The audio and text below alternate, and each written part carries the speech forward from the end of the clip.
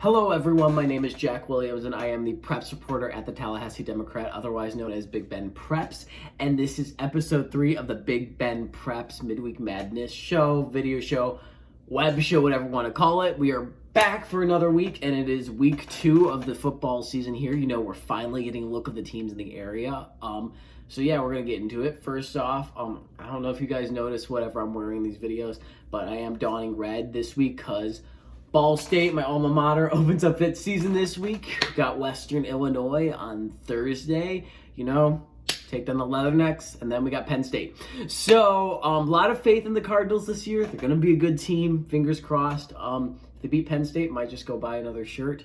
But yeah, run it back, chirp, chirp, Cards. Anyway, not here to talk about college football. We're here to talk about Big Ben Prep football, so let's jump into it. So before we jump into it, just a little more information. We have a little more structure to the show now. We're going to review last week, see what's coming up this week, and then we'll have a featured team every week. That's going to be the videos and the interviews. So let's getting into it. We're going to talk about what happened in week 1. So the biggest thing that we saw coming out of week 1 is Florida High put up 57 points against a decent Godby team, winning that game 57-28.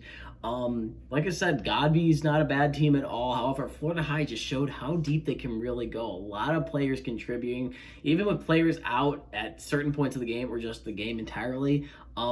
They really showed a lot of potential just in general.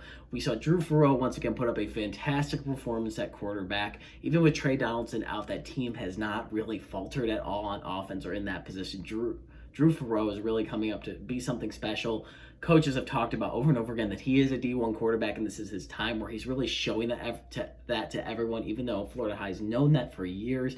You know, we're seeing the running backs and Ryder Popple and Taylor Gilly that had fantastic performances as well. Even with Trey Donaldson out, everybody's maintaining their composure. And if Trey Donaldson comes back into the system, it's only going to get better. You know, Florida High is in such a good place with their depth. They're just moving at a fantastic place. You know, Drew Farrow mentioned they have some linebackers that are still out. They have so many players that are still out, and they're performing at such a high caliber. Another player we want to talk about here is Micah Danzy. He is a sophomore and put out a fantastic performance as well. He rushed for 78 yards and had 2 touchdowns as well in the night. Overall, a fantastic balanced performance by the Seminoles in that game. Second thing we want to talk about here that happened in week 1 was that 3 area teams were actually shut out. That was Madison County, Gadsden County, and FAMU DRS. Madison County suffering a wide loss to Valdosta, having 50-plus points put up against them to none. I will give Madison County the benefit of the doubt there. They are still without a handful of players due to suspensions from that spring game, and head coach Mike Coe was not at that game due to some health complications, not COVID-related, that he was dealing with. He's looking to come back further down the road here, but Madison County is still dealing with a lot. But, you know, Valdosta is not a bad team by any regard, so they were really challenged here, and they have another challenge coming up. Not this week, have kind of an off week to prepare, but the week after that at University Christian. Gadsden County, I feel like, is just a team that is still trying to figure out its identity. I don't think they're going to be a bad team at all. I have them as number 6 in my power rankings. I think they're still just getting used to their systems. They had a lot of senior losses from last year, which was a very successful year, and they're bringing in a lot of good transfers. They still have a lot of great players that they're maintaining, but once again, just trying to get used to things a little more. They lost to Clearwater Academy International. Had to remember that. I have an acronym in my head, but I was kind of remembering that. Anyway, that was who their loss was to. Final one was the FAMU DRS. This is a team that's still very young and is playing a very challenging schedule. That is a part of the coach's philosophy there to get them playing hard games. They were really challenged against Munroe in a 40-0 loss. You know, it's a young team. They're still learning here, so I think they'll be okay. But challenging week just for them in the Big Bend. And it was just a challenging week for every team in the Big Bend except for 2. The Big Bend went, kind of a tongue twister there. Big Bend went 2-11 in week 1. We only saw Munroe and Florida High walk away with wins. 2 very fantastic teams, but we saw the bulk of everyone, you know, come out of that week, you know, with losses. Jefferson County narrowly lost. They almost broke that streak that they had last year. They didn't win a game, and they were so close to defeating Trenton this time around. I believe they only fell by a few points, but they're really challenged. They will definitely pick up a win this year. there's no doubt in my mind that they'll be able to pick up at least one win this year. But they were very close in week 1 in picking up a win. They almost broke that streak. Things are turning around Jefferson County, even though it was a loss.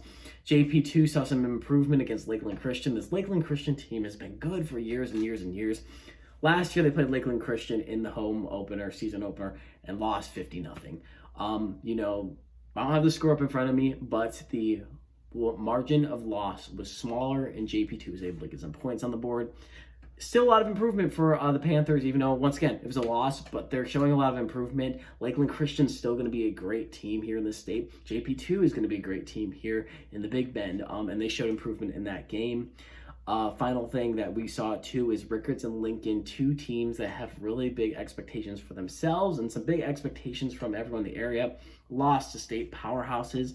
Rickards had a last-minute game against Bartram Trail. They lost that game. Lincoln lost to Niceville, and kind of a rougher loss as well.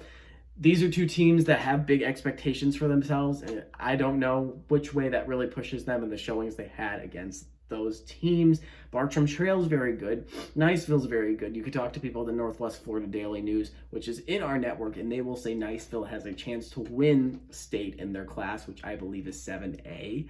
Bartram Trail's going to be fantastic here.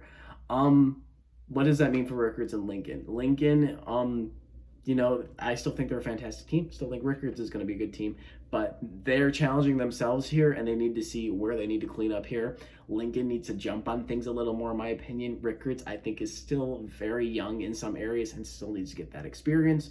Overall, I think they might have sour tastes in their mouth going into next week.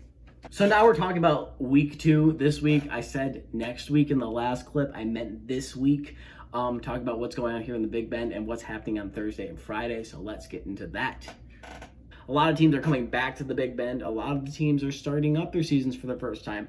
Two teams that are coming back into this are Leon and NFC. NFC's already started their season. Leon is getting their first game of the season in this week. Both teams had to go into quarantine because of COVID-19 exposure, but they're back, and it's good to see them back at the swing of things. Leon has FAMU DRS at Leon, so they get a true home game to start up their season. Once again, a team that is younger, a team that is looking to get more reps in just in general to get things going. So it's good that they're going to have an opponent in FAMU DRS, who's another team that's young and is still looking to get a lot of experience as well. So it should be a competitive game. Very excited to see that matchup. I'll be at that game. NFC is going to be at Mariana, whatever you want to call it. That's going to be a pretty competitive matchup. I still favor NFC in that game. I still think NFC has a great team that they're putting out on the field here. Young but experienced. Should be a good challenge for them. Once again, favoring NFC, but should be a good challenge for them as well. Second thing that we want to talk about is Lincoln and Godby are playing for LCS supremacy this week. These are two teams that are playing with a sour taste in their mouth coming into this game. Both teams are coming off of bigger losses. Lincoln to Niceville on the road. Godby to Florida High. That's the game that happened on Friday. Once again, lost by wider margins, and I think they I wouldn't like that if that happened to me. Godby, needs to fix up some things on defense. Florida High found a lot of holes in the Godby defense and really ran with the game and stuff like that. If they can close those holes and tighten up their defense, they will be a more solid team against a Lincoln team that's still pretty well. On the other side of things, Lincoln needs to focus a little more on their offense. They threw a handful of interceptions against Niceville in that game. Came off to another slow start, had to get things going later on. If Lincoln can find a way to get a jump early, they're going to, they might be set. University Christian got a jump on them. Niceville got a jump on them. If they can get a quick start in this game and get back into that rhythm, they'll be fine. As for Godby, their offense is in a great place, in my opinion. Chase Gillespie, Christian Sims, a handful of other names that could go down the list, Kajon Banks. They're carrying a lot of load for this. If they could spread their offense a little more, I think they would be in a good place as well. It's just their defense is the biggest thing. If they tighten up that defense, and they really need to, they'll be decent. So this will be a good game to watch. This will probably be the game to watch in Tallahassee. So the third point we're touching on here is a bounce back win for either Childs or Rickards in that Thursday game at Gene Cox. These are two teams that are coming off of losses in week 1. Childs, a wider margin loss to Autauga Academy at home. Rickards was on the road against Bartram Trail, and while it wasn't a wider loss, it still counted as a loss, and things to take away from losing. Anyway, not the point. two teams that are looking for a win. Big county win as well. Childs is a higher class than Rickards as well. Rickards has a lot coming into this, and Childs is looking to turn things around in their program. Rickards is showing that they are maintaining things from last year, and they are still a successful team. It could be a good win for both teams. Childs, this could be a turning point win if they can, pull it off. This program has been building for a while, and they feel like they're getting to a good place, and they might be at a good place right now. They got a pretty sizable win over South Walton in the preseason. If they get a win here, it could be really, really big for the program. For Rickards, I think they're looking to test some things out here in the with their new group. They lost a lot of seniors last year, and they're looking to, prove that they're still the same team. They might try to run up the score a little more and just exercise their offense a little bit to do that. But it could be a good win for Rickards and just in building. I have Rickards favored in this game, but Childs, they could surprise people. I'm not really sure the look of what Childs is offering here this season, and having such a substantial win in the preseason and then having a wider loss. However, against an out-of-state team, they kind of have an up in the air feel. I have them kind of borderlining the top 10 in my rankings, but should be an entertaining game to watch. If you don't have much to do on Thursday, I would head over to Gene Cox and catch this game for sure. So the final thing that we're going to talk about here in the week 2 looking forward is kind of the game of the week in the Big Bend. That is Florida High at Gadsden County. Florida High last week showed that they are going to be a force this season, not just in their class, but in the Big Bend. They're going to be dominant. They're going to be playing a lot of great teams down the schedule here. A lot of them are going to be in Tallahassee or at Florida High, so I'd keep your eye on the schedule there and seeing who they're playing. They're going to be a wonderful team to watch, and one of those games is going to be at Gadsden County. Gadsden County is still a team that's looking to find their identity, find who they are. I still think they have a number of fantastic players that are playing for them. And they might not have the winning record right now. Once again, it's only week 1, so you can't really say a lot about a winning record, but they still have a fantastic coaching staff over there that can do a lot of great things. So, it's going to be an interesting look. It will show what Gadsden County is going to stack up to towards some of the top competition in the Big Bend, and it's going to show where Florida High is at right now. You might see Farrow at the backfield. You might see Donaldson. Not sure. I'm guessing it's going to be Farrow again, but who knows? It's going to be another entertaining game to watch for sure. So with wrapping all of that up, we're going to talk about our featured team this week, which is Munroe. So talking about the Bobcats, they had an exciting start to the season, a 40-0 win over FAMU DRS at home, and really they flexed on both sides of the ball. A lot of players really stood out there. Twan Walker was the guy on the rushing game for them. He had over 80 rushing yards, had 7 carries, was averaging about 12 yards a carry and a touchdown to add on to that as well. Amari Borden was a big guy on the receiving game. He had 63 receiving yards and a touchdown as well. According to Coach Lecky, he has had a lot of conversions over these past games. In the preseason, they had a kind of a kickoff classic where they played 2 halves, and then they played a full game there. Over 3 quarters, I should say, of football.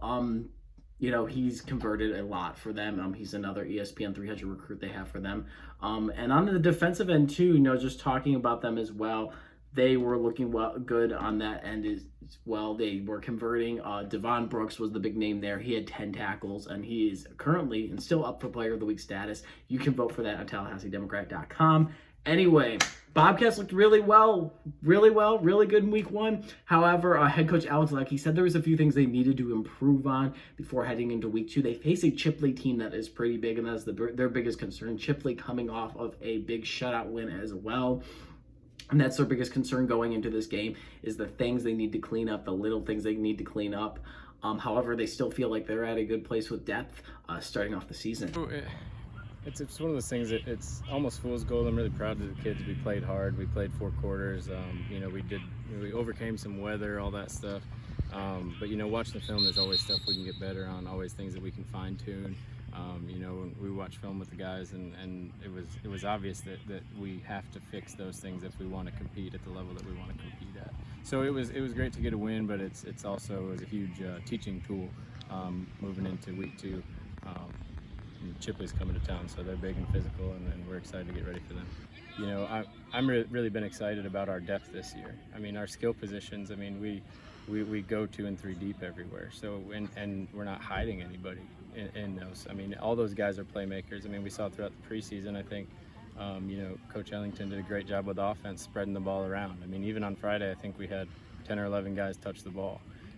So having guys that are such valuable weapons in space and being able to get it to them has been kind of a trademark so far in the preseason and last week as well. Mm-hmm. So one of the big things they got hit with in week 1 that they were able to handle really well and show that it didn't really impact them on the field was the departure of Taj Sanders. Taj Sanders was a Valdosta player who then transferred down to Munroe due to all the transfer situations that are going on up in Georgia. And in week 1, he transferred back to Georgia, to play back in his home state. Coach Lecky had nothing but good things to say about Sanders, and Sanders had a different situation that he needed to go back to Georgia, and that really didn't impact Munroe in just executing and stuff like that. He was a key player that they had in their system, but they were able to finish out with a strong win as well. Outside of that, Munroe feels like they have a lot of depth going to the season. They had a great finish last year at 9-1, and they feel like they can go pretty far with depth. I keep saying that a lot. I feel like they have a lot more on 1 and their 1A status to go and do so much more. You had Amari Borden talking about that even though they're a 1A team, they feel so strong on both sides of the ball. And they just have a look to them that they feel very confident in. Expectations are still very high after last season's finish.